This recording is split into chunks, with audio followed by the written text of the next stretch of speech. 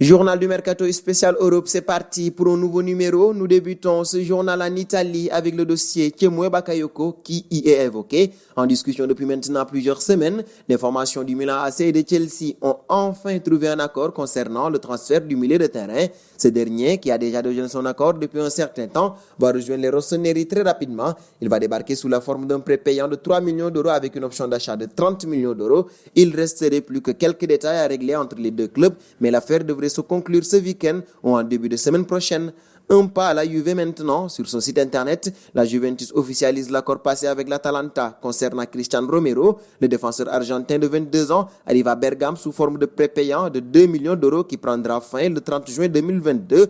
Un montant qui pourra être augmenté de 2 millions supplémentaires en fonction de certains objectifs sportifs qui ont été fixés au préalable. Enfin, l'Atalanta dispose d'un droit d'achat à titre définitif fixé à 16 millions d'euros. Nous filons en Angleterre pour parler de désormais ex-ancien de la Série A. Il y a encore quelques mois, son nom a été cité avec insistance chez les cadres de Premier League et le Paris Saint-Germain était aussi désireux de le récupérer. Finalement, c'est Carlo Ancelotti et Everton qui raflent la mise. Les Toffees ont en effet officialisé la venue d'Alan, milieu de terrain défensif brésilien de 29 ans, révélé sous les couleurs de Naples. Si le montant de la transaction n'a pas été communiqué, le nouveau numéro 6 du club de Liverpool a par effet un contrat courant jusqu'en juin 2023 au sein d'une formation désireuse de retrouver de l'ambition et qui pourrait en ce sens enrôler le Colombien James Rodriguez du Real Madrid.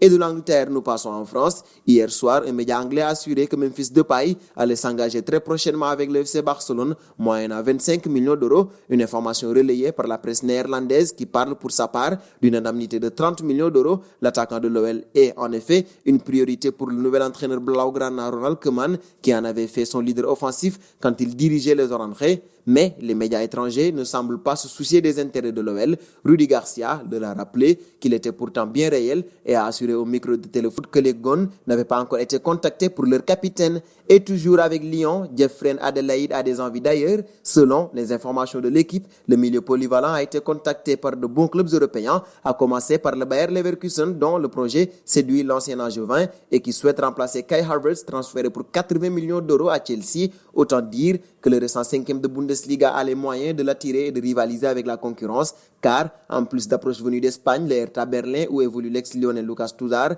tente aussi de rattraper son retard sur le Bayer. Le quotidien sportif évoque de premiers échanges entre le club de la capitale et le Gone qui devra trancher.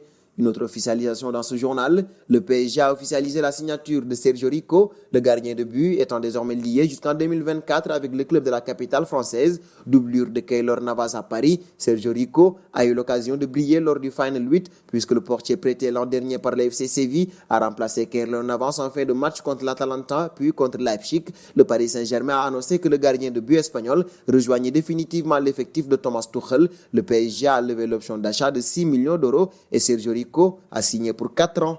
Dernier point du journal avec Luis Suarez. Selon Marca, El Pistolero aurait un accord de principe avec la vieille dame pour un contrat de 2 années plus une en option. Son salaire avoisinerait les 10 millions d'euros net par an, soit un contrat moins lucratif que ce qu'il touche actuellement en Catalogne. Pour autant, la venue de Suarez en Italie n'est pas encore actée car Barcelone et la Juve doivent encore trouver un accord pour permettre le transfert de l'Uruguayen. Dans l'idée, l'ancien attaquant des Reds espère une rupture de son bail à 1 an de la fin de son contrat plus une en option. Dans ce cas de figure, il pourrait toucher les émoluments de ses dernières années de contrat en Catalogne, même s'il est prêt à faire une croix sur la seconde. De son côté, le Barça espère toucher une petite indemnité de transfert pour son joueur sans lui verser le salaire correspondant à ses dernières années de contrat. En attendant, le PSG, l'Atlético de Madrid ou encore Leicester restent sur le qui-vive en cas d'échec des négociations. Terminons ce journal du Mercato spécial Europe avec la question du jour. Luis Suarez, la Juventus et la Serie A, ceci sera-t-il un bon mariage? Vos réponses seront entendues en commentaire.